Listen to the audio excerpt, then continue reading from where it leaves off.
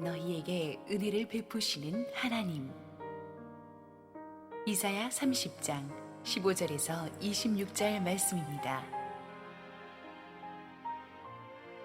주 여호와 이스라엘의 거룩하시니가 이같이 말씀하시되 너희가 돌이켜 조용히 있어야 구원을 얻을 것이요 잠잠하고 신뢰하여야 힘을 얻을 것이거늘 너희가 원하지 아니하고 이르기를 아니라 우리가 말 타고 도망하리라 하였으므로 너희가 도망할 것이요 또 이르기를 우리가 빠른 짐승을 타리라 하였으므로 너희를 쫓는 자들이 빠르리니 한 사람이 꾸짖은즉 1000사람이 도망하겠고 5이 꾸짖은즉 너희가 다 도망하고 너희 남은 자는 겨우 산꼭대기에 깃대 같겠고 산마루 위에 기치 같으리라 하셨느니라.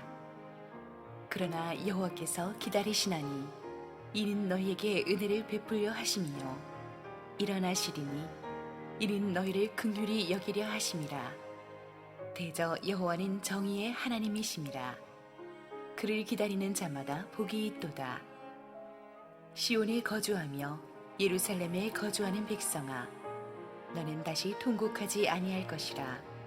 그가 내 부르짖는 소리로 말미암아 내게 은혜를 베푸시되 그가 들으실 때에 내게 응답하시리라. 주께서 너희에게 환난의 떡과 고생의 물을 주시나 내 스승은 다시 숨기지 아니하시리니 내 눈이 내 스승을 볼 것이며 너희가 오른쪽으로 치우치든지 왼쪽으로 치우치든지 내 뒤에서 말소리가 내 귀에 들려 이르기를 이것이 바른 길이니 너희는 이리로 가라 할 것이며 또 너희가 너희 조각한 우상에 입힌 은과 부어 만든 우상에 올린 금을 더럽게 하여 불결한 물건을 던짐같이 던지며 이르기를 나가라 하리라. 내가 땅에 뿌린 종자에 주께서 비를 주사 땅이 먹을 것을 내며 곡식이 풍성하고 기름지게 하실 것이며 그날에 내 가축이 광활한 목장에서 먹을 것이요 밭가는 소와 어린 나귀도 키와 쇠스랑으로 까부르고 맛있게 한 먹이를 먹을 것이며 크게 살육하는 날 망대가 무너질 때에 고산마다 줄령마다 그 뒤에 개울과 시냇물이 흐를 것이며 여호와께서 자기 백성의 상처를 싸매시며 그들의 맞은 자리를 고치시는 날에는 달빛은 햇빛 같겠고 햇빛은 7배가 되어 7날의 빛과 같으리라. 할렐루야. 우리 하나님께 감사와 영광의 박수를 드리겠습니다. 우리 함께 기도하시고 하나님의 말씀 보겠습니다. 사랑하는 아버지, 은혜를 감사합니다. 인생이 복잡하고 마음이 폭풍같이 어지러울 때 오늘 주님의 임재 앞에 나와 예배드리는 우리 한 사람 한 사람을 불쌍히 여겨주시고 하늘의 음성을 들려주시고 똑바로 방향을 잡게 하여 주시고 성령의 인도하심을 받게 하옵소서. 부족한 종을 하나님의 은혜의 휘장 뒤에 감추시고 오직 주님의 음성만이 전해지게 하옵소서. 예수님의 이름으로 기도했습니다. 아멘.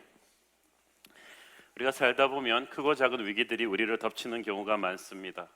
연애할 때는 영원히 인꽃처럼 살 것 같던 커플들이 부부관계가 파경의 위기에 이르기도 하고 시작될 때는 그렇게 잘 나가던 회사가 부도의 위기로 몰리기도 하고 한때는 잘 살던 나라들이 엄청난 정치 경제 위기 앞에 무너져 내리기도 합니다. 그래서 개인이나 조직에게 있어서 정말 중요한 것은 위기관리 능력입니다. 세상적인 위기관리 능력에 있어서 빼놓을 수 없는 것이 바로 인맥을 동원하는 것입니다. 힘 있는 사람이나 조직에 가서 조금 도와달라고 하는 겁니다. 물론 그렇게 해서 결정적인 위기에서 벗어나는 경우도 간혹 있습니다만은 대부분의 경우 내가 의지했던 존재가 실망을 줍니다. 또 도와주는 대신 혹독한 대가를 요구하는 경우가 많습니다. 그래서 하나님의 사람은 세상을 살면서 크고 작은 위기 앞에서 세상과는 다른 방법으로 가야지, 그렇지 않으면 이 썩은 동아줄을 잡았다가 땅으로 곤두박질 치는 것 같은 아픔을 겪게 될 것입니다. 오늘의 본문이 이사야서 30장은 국가적인 위기에 잘못 대처했던 하나님의 백성들의 이야기를 배경으로 다루고 있습니다. 기원전 705년경에 아수르 왕인 사르곤 2세가 죽습니다. 당시 이스라엘은 고대 세계를 제패하고 있던 이 잔혹한 군사 강국 아수르의 압박에 아주 신음하고 있었습니다. 그런데 그 아수르의 무서운 정복자 사르곤 2세가 죽었다고 하니까 잠시 쾌재를 불렀습니다. 그래서 왕의 죽음을 공백기로 해서 아수르의 공격의 시위가 조금 느슨해졌습니다. 이때를 틈타서 유다의 그 당시 왕이었던 히스기야는 아수르의 멍에로부터 벗어나기 위해서 아수르와 맞설 수 있는 또 하나의 강대국 애굽에 손을 대기 시작합니다. 그래서 주변 국가들을 모아서 친애굽 동맹, 반아수르 동맹을 결성을 합니다. 믿음이 좋았던 왕 히스기야였지만 눈앞에 닥친 아수르의 압박이 너무나 무서워서 하나님께 기도해 보지도 않고 그런 정치적인 판단을 내려버렸습니다. 그리고 이것이 결정적인 패착이 되었습니다.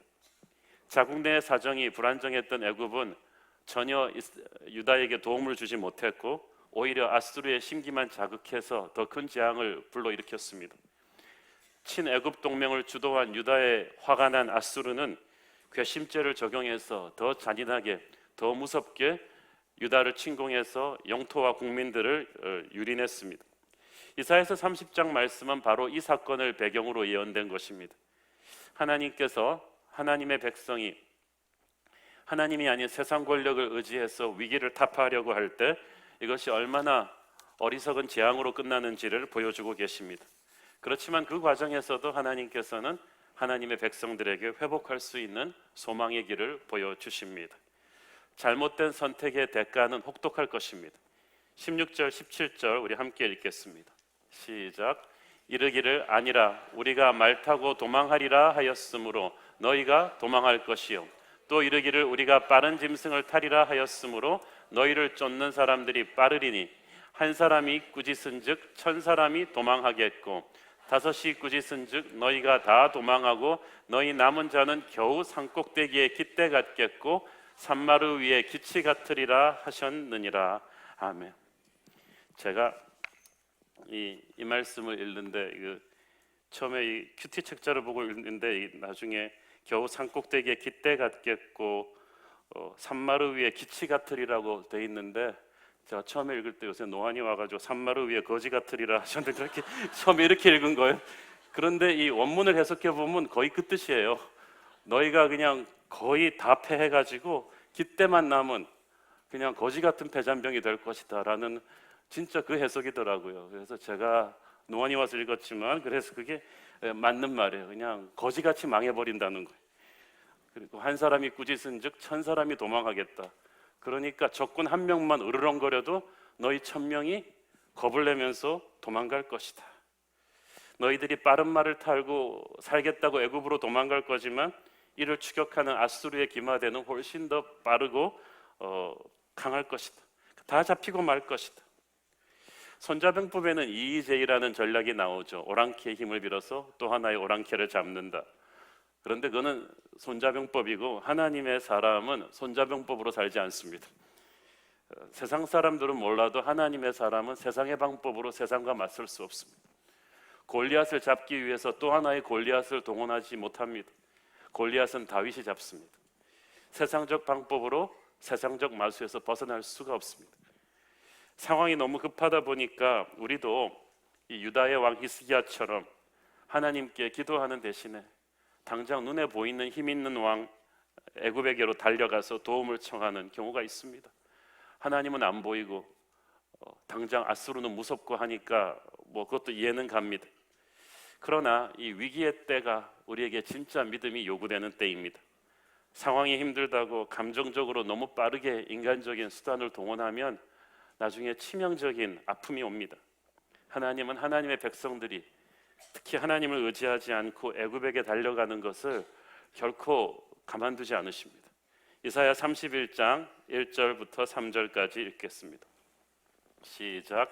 도움을 구하러 애굽으로 내려가는 자들은 화 있을진저 그들은 말을 의지하며 병거의 많음과 마병의 심히 강함을 의지하고 이스라엘의 거룩하신 이를 앙모하지 아니하며 여호와를 구하지 아니하나니 여호와께서도 지혜로우신즉 재앙을 내리실 것이라 그의 말씀들을 변하게 하지 아니하시고 일어나사 악행하는 자들의 집을 치시며 행악을 돕는 자들을 치시리니 애굽은 사람이요 신이 아니며 그들의 말들은 육체요 영이 아니라 여호와께서 그의 손을 펴시면 돕는 자도 넘어지며 도움을 받는 자도 엎드려져서 다 함께 멸망하리라. 저는 이 애굽은 사람이요 신이 아니다, 이 말이 굉장히 좋습니다. 천하무적일 것 같았던 애굽이었지만 그들도 사람일 뿐이다. 우리가 그래도 우리보다 낫다고 의지하려는 존재는 결국은 인간일 뿐이다. 그러므로 결정적인 때는 도움이 되지 못한다는 것입니다. 미국이 우리의 혈맹이죠. 좋은 우방이죠. 그렇지만 미국도 사람이요 신이 아닙니다. 우리 한국을 지켜주는 분은 항상 하나님이셨습니다. 중국이 한국 경제 부활에 결정적인 역할을 한다고들 하죠. 그렇지만 중국도 사람이요 신이 아닙니다. 이 나라 경제의 숨통은 항상 하나님이 틔워오셨습니다. 17절에 보니까 아수르 군인 한 사람이 위협해도 유다 사람 1000명이 비참하게 도망가는 그런 모습을 보일 것이라고 합니다. 이것이 무슨 뜻입니까? 문제의 크기가 문제가 아니라 너희들의 믿음이 문제라는 뜻이죠. 하나님이 함께 하시면 큰 적도 쉽게 물리치지만 하나님이 떠난 사람은 작은 적들 앞에서 고양이 앞에 쥐처럼 비참해집니다. 하나님께서는 이스라엘 백성들에게 하나님을 순종하며 살 때와 그렇지 않을 때 결정적인 차이가 어떻게 나는지를 자주 경고해 주셨습니다. 레위기 26장 7절 8절 보겠습니다. 시작. 너희의 원수들을 쫓으리니 그들이 너희 앞에서도 칼에 엎드러질 것이라. 또 너희 5이 100을 쫓고 너희 100이 만을 쫓으리니 너희 대적들이 너희 앞에서 칼에 엎드러질 것이며. 자, 보세요. 하나님께 순종하며 살 때는 너희 100명의 군대만 있으면 10,000명을 물리칠 거라는 거예요. 그러나 그러면 너희 대적들이 아무리 커도 문제가 되지 않습니다. 그런데 만약 하나님을 불순종할 경우는 이 정반대의 상황이 일어나죠. 레위기 26장 17절입니다. 시작. 내가 너희를 치리니 너희가 너희의 대적에게 패할 것이요 너희를 미워하는 자가 너희를 다스릴 것이며 너희를 쫓는 자가 없어도 도망하리라. 뒤에서 쫓아오는 자가 없는데도 두려운 느낌 드십니까? 그리고 하나님이 치셨는데 대적에게 패한대요. 이게 눈에 보이는 것과 보이지 않는 게 다 연결되어 있거든요. 내가 약해진 것도 아니고 적이 갑자기 강해진 것도 아닙니다. 중요한 건 믿음입니다. 순종입니다. 하나님을 순종하고 살면 그 어떤 큰 적도 우리는 능히 쫓아내겠지만 불순종하고 살면 작은 문제 앞에서도 덜덜 떨게 될 것입니다. 중요한 것은 믿음입니다. 하나님이 원하시는 해결책은 애굽이 아니었습니다. 15절 같이 읽습니다. 시작. 주 여호와 이스라엘의 거룩하신 이가 이같이 말씀하시되 너희가 돌이켜 조용히 있어야 구원을 얻을 것이요 잠잠하고 신뢰하여야 힘을 얻을 것이거늘 너희가 원하지 아니하고 주 여호와 이스라엘의 거룩하신 이가 이같이 말씀하시되. 일단 해결책의 시작은 모든 걸 내려놓고 하나님의 말씀을 듣는 데서부터 시작합니다. 거룩하신 이의 말씀을 들어야 합니다. 인간적인 노력이 필요 없다는 얘기는 아니에요. 어떤 분들은 진짜 자기 힘으로 할 수 있는 거 아무것도 안 하고 하늘만 보고 있는데 그건 무책임한 거죠. 인간적으로 할 수 있는 노력은 다 해야 됩니다. 그러나 내 힘으로 감당할 수 없는 큰 위기가 왔을 때는 침묵하고 인간적인 방법을 동원할 것을 포기하고 스마트폰 끄고 하나님 앞에 엎드려야 됩니다. 하나님의 임재 앞으로 나가서 하나님의 음성을 들어야 돼요. 그게 예배죠. 그래서 예배드리기 가장 힘든 때가 여러분이 예배가 가장 필요한 때입니다. 세상적인 문이 다 닫혀버렸을 때 우리는 하늘 문이 열리기를 기도해야만 합니다. 이 하나님의 음성에 귀를 기울이면 하나님께서 문제의 본질을 정확하게 짚어주십니다. 너희가 돌이켜 조용히 있어야 구원을 얻을 것이요. 이 말을 영어 성경이 조금 더 잘 번역했는데 In repentance and rest is your salvation. 너희가 회개하면서 잠잠히 안식하면 구원이 시작될 것이다. 하나님 앞에서 회개하면서 안식해라. 이게 무슨 뜬금없는 소리냐. 아수르의 핍박은 유다 백성들이 하나님께 저질러온 죄악에 대한 하나님의 징계의 회초리였습니다. 그러니까 근본적인 문제 해결의 시작은 애굽을 동원해서 아수르의 군대를 물리치는 게 아니라 하나님의 노여움을 산 자기들의 죄를 회개하는 거야. 우리는 항상 문제의 원인을 아니라 밖에서 찾는데, 하나님의 사람에게 어떤 일이 닥칠 때는 그 영혼 안에 하나님이 회개하기를 원하시는 썸띵이 있는 거예요. 그거를 볼 수 있어야만 합니다. 그걸 안 하고 눈에 드러난 압수르의 침략만 해결하겠다, 이거는 종양을 드러내지 않고 진통제만 맞겠다는 것입니다. 애굽에게 도움을 청하는 것이 해결의 시작이 아니라 자기 죄를 회개하는 것이 해결의 시작이었습니다. 하나님의 말씀을 들으면 하나님이 그걸 알려주십니다. 예리한 검처럼 뚫고 들어와서 내 안에 인식하지 못하고 있던 죄를 드러내고 회개하게 하십니다. 그래서 말씀을 제대로 들으면 내 죄가 드러나면서 회개의 눈물이 터지죠. 그리고 그때 비로소 지치고 불안하고 사나웠던 영혼이 안식을 얻게 됩니다. 그 말이에요.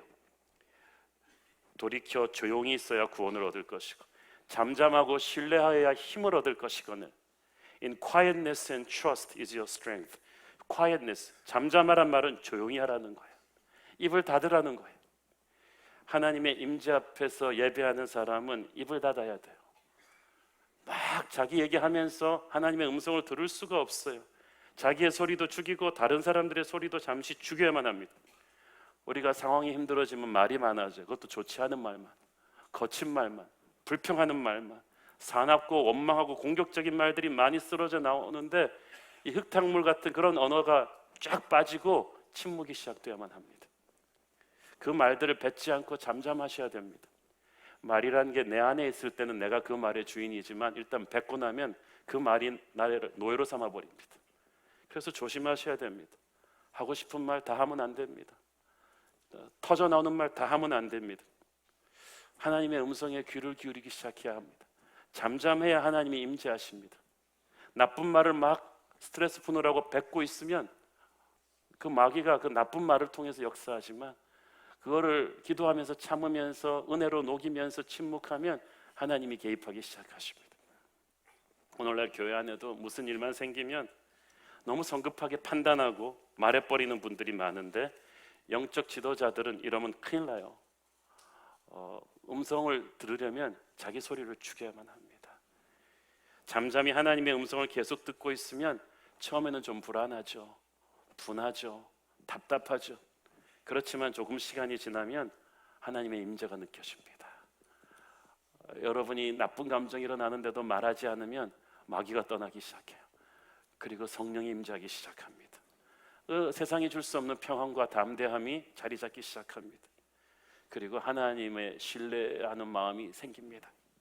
그때부터 내 안에 할 수 없는 영적인 힘이 생겨요. 그래서 잠잠하고 신뢰하여야 힘을 얻는다는 말이 바로 이 말이에요. 여러분, 다시 일어나기를 원하십니까? 살아나기를 원하십니까? 말로 그걸 다 까먹지 마시고 하나님의 임재를 갈망하십시오. 무슨 일이 생기면 바로 흥분해서 격앙된 반응을 보이는 습관을 버리십시오. 조급하게 행동하고 말하려는 본능을 포기하십시오. 상황이 위기에 빠졌을 때 막 격앙된 감정으로 말하는 말 99%가 나쁜 말이에요. 도움이 안 되는 말이에요. 여러분, 영적인 건강에 좋지 않고 교회도 덕을 끼치지 않아요. 아는 사람 이것저것 전화하고 수소문해서 일을 해결하려는 습관도 버리십시오. 위기가 올수록 태산같이 무거워져야 합니다. 답답하더라도 하나님 앞에 엎드려 침묵하며 기도하며 임재를 구하며 음성을 듣는 그런 저와 여러분 되기를 바랍니다. 그때부터 구원이 시작될 것입니다. 하나님은 위기 가운데 있는 하나님의 사람들이 하나님의 마음을 알기를 원하셨습니다. 18절 읽습니다. 시작. 그러나 여호와께서 기다리시나니 이는 너희에게 은혜를 베풀려 하시며 일어나시리니 이는 너희를 궁일이 여기려 하심이라. 대저 여호와는 정의의 하나님이심이라. 그를 기다리는 자마다 복이 있도다. 그러나 여호와께서 기다리시나니, 그러나는 이전의 내용을 뒤집는다는 거죠. 이때까지는 하나님을 저버리고 애굽을 붙잡은 유다에 대한 책망의 경고였습니다. 그러나 이제 회개하고 나면 하나님께서 회복을 주겠다, 위로하시는 말씀입니다. 징계를 위해서 회초리를 들긴 했지만 하나님의 본심은 여러분의 멸망이 아닙니다. 회개하고 하나님께 돌아오는 것입니다. 은혜를 베풀어 주기 위함입니다. 그가 일어나시리니 이는 너희를 긍휼히 여기심이라. 여기서 일어난다는 것은 돌아온 탕자를 향해서 일어나 달려가는 아버지의 모습입니다. 원래 일어나는 건 낮은 자가 높은 자에게 예의를 평할 때 하는 얘기인데, 높으신 하나님께서 낮고 낮은 우리들을 돌아온 탕자를 맞아주기 위해서 일어나고 계십니다. 여러분이 하나님의 용서를 갈망하기 전에 하나님은 용서를 베풀어 주고 하고 계셨습니다. 탕자가 집에 오고 있었는데 이미 아버지가 자기를 향해 뛰쳐나오고 있다는 것을 몰랐습니다. 여호와는 정의의 하나님이심이라. 그를 기다리는 자마다 복이 있도다. 여러분이 하나님을 기다리면 거기에 복이 있습니다. 우리가 복받기 원하는 것보다 하나님이 더 우리를 복주고 싶어 하셨습니다. 고난의 때에 하나님을 기다리는 사람을 하나님은 결코 외면하지 않으실 것입니다. 지리한 장마처럼 자기의 인생이 왜 이렇게 축축하게 오래가는가를 불평하고 계신 분이 있다면 오늘 소망의 하나님을 붙잡기를 바랍니다. 여기서 하나님을 기다린다는 것은 하나님을 갈망한다는 뜻입니다. 지난주에도 언급했지만 믿음 생활이란 것은 끊임없이 하나님을 갈망하는 것입니다. 하나님을 만나는 이 예배의 시간을 최우선 순위를 두는 삶입니다.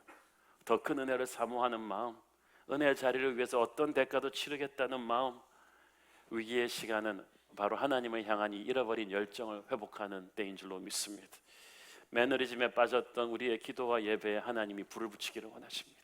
첫사랑의 감격을 회복시키기를 원하십니다. 구원의 기쁨을 잃어버린 자에게 기쁨을 회복시키기를 원하십니다. 하나님은 그런 회복된 불붙은 예배자들을 찾고 계십니다. 저와 여러분이 그런 사람들이기를 바랍니다. 그런 분들을 회복하시고 용서하시고 구원하시고 복을 주려고 하십니다. 결정적인 돌파구는 기도입니다. 19절 읽습니다. 시작. 시온에 거주하며 예루살렘에 거주하는 백성아, 너는 다시 통곡하지 아니할 것이라. 그가 네 부르짖는 소리로 말미암아 내게 은혜를 베푸시되 그가 들으실 때에 내게 응답하시리라. 너는 다시 통곡하지 않을 것이다. 슬픔의 때가 지났다. 이제 너에게 소망의 시대가 올 것이다. 축제의 시대가 올 것이다. 은혜의 시대가 올 것이다. 열매를 추수하는 때가 올 것이다. 이 축복은 언제 오는가? 기도를 통해서 온다. 그가 네 부르짖는 소리로 말미암아 은혜를 베푸실 것이다. 사랑은 비를 타고 그랬는데 축복은 기도를 타고 부르짖는 소리로 말미암아 네게 응답할 것이다. 우리가 하나님을 기다릴 때 그냥 막막히 기다리는 게 아니라 기도하면서 기다리는 것. 기도는 믿음의 반응이거든요. 그가 들으실 때에 네게 응답하시리라. 여러분이 갈망하면서 진솔하게 기도하면 이 믿음으로 드리는 모든 기도는 하나님의 귀에 아주 잘 들립니다. 하나님이 기도를 듣는 그 순간에 응답은 시작됩니다. 행동하기 시작하십니다. 궁핍한 사람에게는 풍성함을 주시고, 오늘 심령이 피폐한 사람에게는 은혜의 단비를 주시고, 관계가 무너진 사람에게는 그 관계를 다시 고쳐주시고, 병든 몸을 붙들고 울면서 기도하고 있는 분에게 오늘 하나님의 치유가 임하고, 절망하고 있는 자들에게 소망의 브레이크드루가 주어지는 것입니다. 중요한 건 기도해야 된다는 거예요. 여기서 부르짖는다는 히브리어 자이크는 절망 속에서 살려달라고 절규하는 것입니다. 점잖게 앉아서 기도하는 거 아닙니다. 살려달라는 절규입니다. 하나님이 그렇게 부르짖으면 네 부르짖는 소리로 말미암아 네게 은혜를 주실 것이다. 오늘 하나님의 은혜가 필요하지 않습니까? 에레미야서 33장 3절 시작. 너는 내게 부르짖으라. 내가 네게 응답하겠고 네가 알지 못하는 크고 은밀한 일을 내게 보이리라. 이것이 기도의 신비입니다. 우리는 기도가 우리의 소원을 하나님이 이루어 주시는 거라고 생각하는데 그게 아니라 우리의 소원과는 차원이 다른 응답이 온다는 거야. 우리의 소원은 그냥 자동차에서 조금 더 큰 자동차로 업그레이드 시켜주는 건데 하나님은 우리가 자동차를 구할 때 비행기를 준비하고 계세요. 차원이 다른 게임이 온다는 거예요. 만약 유다 사람들에게는 그 당시 아무리 머리를 굴려도 애굽밖에는 해결책이 없어 보였지만 만약 기도했더라면, 회개하며 겸손히 기도했더라면 하나님께서는 애굽 할아버지를 보여주셨을 거예요. 전혀 다른 차원의 제3의 해결책을 반드시 주셨을 것입니다. 그러므로 여러분이 기도에 보기 전까지는 길이 없었다고 말하지 마십시오. 하늘길을 뚫지 않고서는 길이 없었다고 말하지 마십시오. 기도해서 하늘길을 뚫은 사람에게는 영적인 회복이 시작됩니다. 영적인 회복의 시작은 영적 분별력의 회복입니다. 이 영적인 분별력이라는 것은 하나님의 말씀에 대해서 마음이 열리는 거예요. 20절 읽습니다. 시작. 주께서 너희에게 환난의 떡과 고생의 물을 주시나 내 스승은 다시 숨기지 아니하시리니 내 눈이 네 스승을 볼 것이며. 내 스승이 다시 숨기지 않는다는 것은 여기서 스승은 하나님께서 보내신 선지자들을 가리킵니다.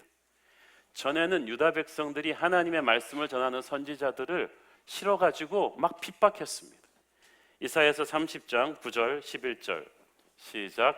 대저 이는 패역한 백성이요 거짓말하는 자식들이요 여호와의 법을 듣기 싫어하는 자식들이라. 그들이 선견자들에게 이르기를 선견하지 말라. 선지자들에겐 이르기를 우리에게 바른 말을 보이지 말라. 우리에게 부드러운 말을 하라. 거짓된 것을 보이라. 너희는 바른 길을 버리며 첩경에서 돌이키라. 이스라엘의 거룩하신 이를 우리 앞에서 떠나시게 하라 하는도다. 이 하나님의 말씀을 전하는 선지자들이 부담스러워 가지고 그런 딱딱한 설교 하지 마라. 매끄럽고 부드러운 설교를 하라고 막 핍박하는 통에 말씀을 바르게 전하는 선지자들이 다 숨어버렸어요. 그래서 네 스승이 숨었는데 이제 환난으로 인해서 꺾어지고 겸손해지니까 옛날에 우리가 들었던 그 말씀의 사람들이 진짜였구나. 우리가 말씀을 좀 다시 제대로 듣고 싶다.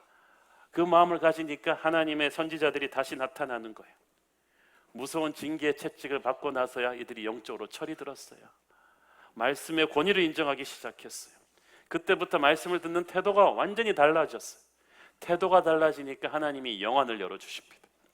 내 눈이 네 스승을 볼 것이며 네가 드디어 말씀을 볼 수 있는 눈이 뜨게 될 것이다. 계시는 하나님이 열어주셔야 되는 거거든요. 은혜는 하나님이 주셔야 받는 것이 내가 노력한다고 받아지는 게 아닙니다. 오만하고 말씀을 무시하고 우상 숭배하는 자에게는 영안이 닫혀 있어요. 하나님을 보지 못합니다. 영안이 닫히면 찬양을 불러도 감격이 없어요. 말씀을 들어도 깨닫지 못하니까 은혜를 받지 못합니다. 그런데 이제 하나님이 은혜 받을 수 있는 영안을 열어주신다는 것입니다. 백성들이 이제는 낮아지고 부서진 마음으로 영적인 스승들의 메시지를 받을 수가 있게 된다는 것입니다. 여러분이 말씀을 듣고 은혜를 받고 있다면 여러분의 심령이 옥토입니다. 하나님께서 복을 주시는 거예요. 그런데 이 은혜를 받을 수 있는 심령이 되는 게 쉽지가 않잖아요. 옛날엔 하나님 보고 나한테 맞추라고 그랬는데 이제부터는 내가 하나님의 말씀에 맞춥니다. 이게 변화받은 심령이에요. 이제는 하나님의 말씀의 권위에 순종할 준비가 돼 있어요. 이렇게 말씀에 순종할 준비가 되는 그 순간부터 하나님께서 우리의 인생에 그때부터 개입합니다. 21절 읽습니다. 시작. 너희가 오른쪽으로 치우치든지 왼쪽으로 치우치든지 내 뒤에서 말소리가 네 귀에 들려 이르기를 이것이 바른 길이니 너희는 이리로 가라 할 것이며. 우리는 항상 갈팡질팡해요. 이리저리 치우치는데 하나님의 음성이 뒤에서 영원한 내비게이션이 돼가지고 우리를 인도해 주신다는 것입니다. 적극적으로 그분이 내 삶에 개입하신다는 뜻입니다. 길이 멀어서 힘든 게 아니라 길을 몰라서 힘들었는데 하나님께서 내 인생의 방향을 잡아 주십니다. 하나님께서는 우리 앞에 놓인 어떤 역경도 뚫고 나가서 우리를 약속의 땅으로 인도할 능력이 계십니다. 계획이 계십니다. 그러나 하나님은 내 팔을 억지로 비틀어서 그렇게 하시지는 않습니다. 우리의 초대를 기다리고 계십니다. 우리가 기쁘고 겸손한 마음으로 우리 인생의 조종관을 그분에게 내어드리기를 기다리고 계십니다. 그렇게 하면 하나님은 기쁘게 우리의 삶에 오셔서 우리 인생을 주도하실 것입니다.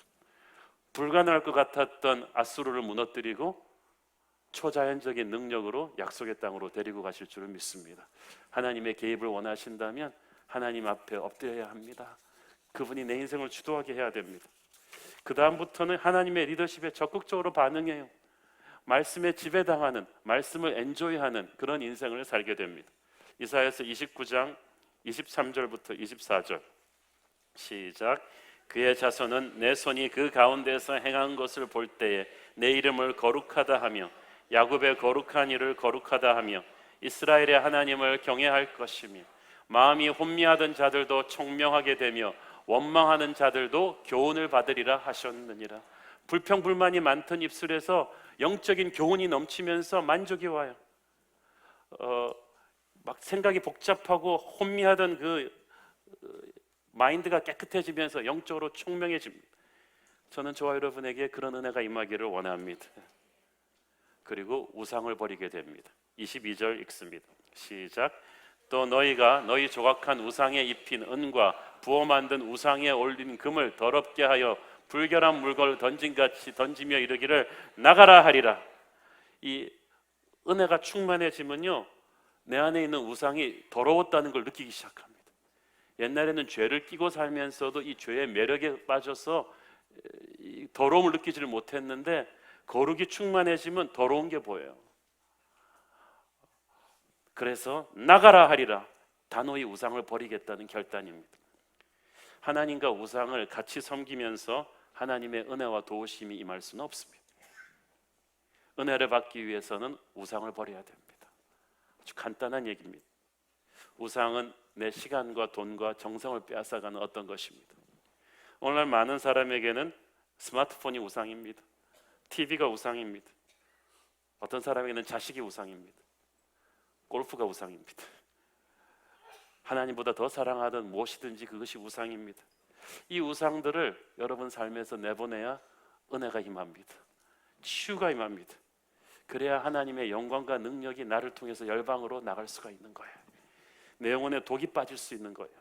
오늘 성령께서 여러분 각자 안에 떠올려 주시는 어떤 각자의 우상을 단호히 내보내는 결단을 하실 거예요.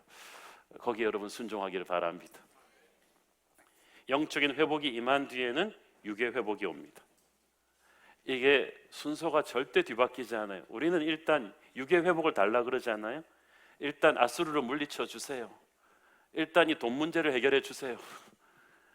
일단은 이 상황을 해결해 주세요. 근데 하나님은 그렇지 않아요. 기초 공사를 안 하고 건물 쌓아 올리지 않아요. 하나님은 우리의 영을 회복시키십니다. 우리의 믿음의 상태를 회복시키십니다. 그 다음에 육체적 회복이 따라온다는 거예요. 이 회복은 놀랍습니다. 저주받았던 땅에, 초토화되었던 땅에 축복이 오기 시작합니다. 23절, 24절 시작. 내가 땅에 뿌린 종자에 주께서 비를 주사 땅이 먹을 것을 내며 곡식이 풍성하고 기름지게 하실 것이며 그날에 내 가축이 광활한 목장에서 먹을 것이요 밭가는 소와 어린 나귀도 키와 쇠스랑으로 까부리고 맛있게 한 먹이를 먹을 것이며 이 아수르가 초토화시키고 간 그 땅에 이제는 엄청난 추수가 일어난다는 거예요. 기적이거든요. 팔레스타인은 이집트처럼 이 물을 끌어들일 수 있는 지형이 아닙니다. 무조건 하늘에서 비가 와야 돼요. 그러므로 하늘 문이 열리지 않으면 그들은 죽어야만 합니다. 그런데 그들 안에서 영적인 부흥이 일어나면 하나님께서 하늘 문을 열어주십니다.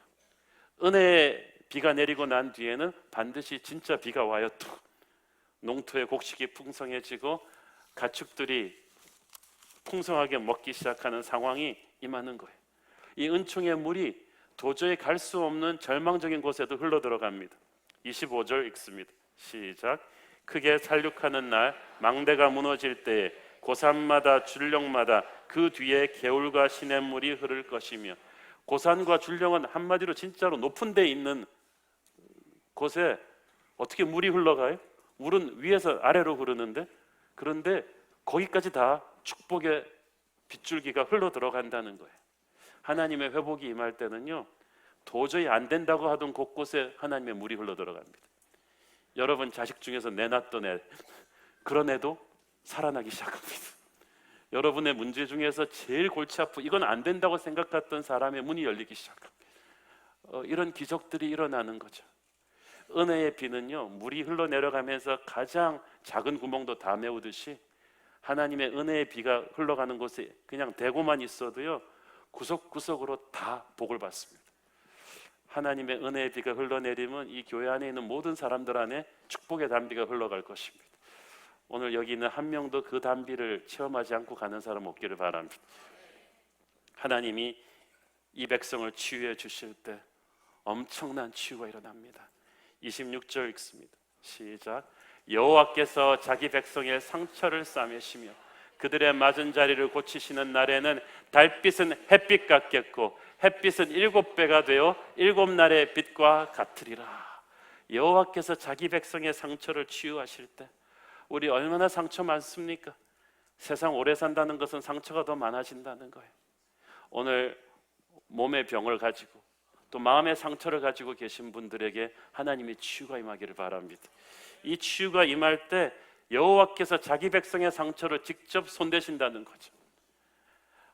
엄청난 일이 일어납니다. 이 회복과 은혜의 크기는 우리가 생각하는 것보다 훨씬 크고 풍성합니다. 여러분이 올리는 기도 제목 가지고도 우리 목사님들이 기도하지만 여러분이 쓰지 않은 기도 제목 까지도 하나님이 응답하실 줄로 믿습니다. 저는 새로운 교회에서 드리는 예배마다 이런 치유와 회복의 역사가 일어나고 있는 줄 믿습니다. 오늘 이 순간에 누군가에게 오늘 하나님께서 강렬하게 말씀하셨습니다. 누군가의 몸과 영혼에 오늘 성령께서 안수하시고 치유하셨습니다. 저는 일부 예배 때도 느꼈고 지금도 그걸 느끼고 있습니다. 오늘은 치유의 날입니다. 오늘은 회복의 날입니다. 오늘은 기적의 날입니다. 오늘은 영광의 날입니다. 성령의 치유와 회복의 역사가 저와 여러분 모두에게 충만하기를 소원합니다. 기도하겠습니다. 사랑하는 아버지의 은혜를 감사합니다. 오늘 하나님께서 우리에게 빈들의 마른 불같이 시들은 우리의 영혼 속에 은혜의 담비를 부어주시는 날인 줄을 믿습니다. 크고 작은 세상의 위기 앞에 인간적인 방법으로 해결하려 했던 우리의 부족함을 용서하여 주시고 오늘 우리의 유일한 구원자이신 하늘의 은혜를 갈구합니다. 주께서 우리에게 임하여 주옵소서. 예수님의 이름으로 기도했습니다. 아멘.